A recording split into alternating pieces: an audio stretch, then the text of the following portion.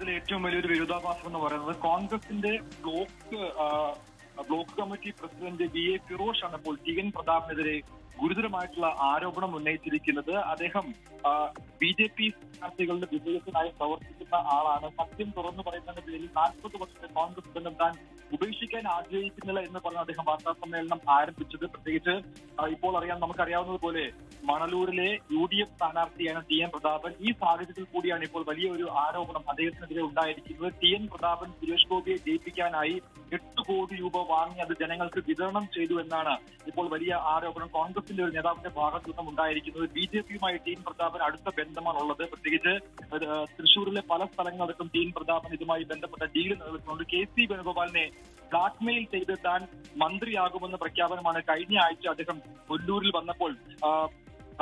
മണലൂരിൽ വന്നപ്പോൾ അദ്ദേഹത്തെ കൊണ്ട് പറയിപ്പിച്ചത്. KC വേണുഗോപാലിനെ ഭീഷണിപ്പെടുത്താൻ പറ്റുന്ന കാര്യങ്ങൾ TN പ്രതാപന്റെ പക്കലുണ്ട്.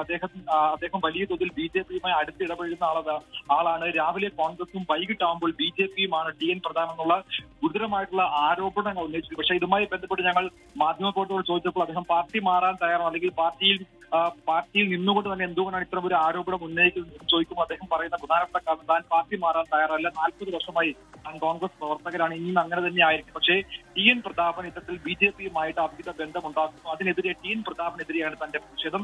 അതുകൊണ്ടാണ് ജനമധ്യത്തിൽ ഇത്തരം കാര്യം അദ്ദേഹം വെളിപ്പെടുത്തുന്നുള്ള കാര്യമാണ് ഉന്നയിച്ചത്. 8 കോടി രൂപ തന്റെ കൺമുന്നിൽ വെച്ചാണ് വാഹനത്തിലടക്കം TN പ്രതാപൻ വാങ്ങിയത്. അത് മറ്റുള്ളവർക്ക് നൽകി എന്നുള്ള ഗുരുതരമായിട്ടുള്ള ആരോപണമാണ് ഇപ്പോൾ കോൺഗ്രസ് നേതാവ് TN പ്രതാപനെതിരെ BA ഫിറോഷ് ഉന്നയിച്ചിരിക്കുന്നത്.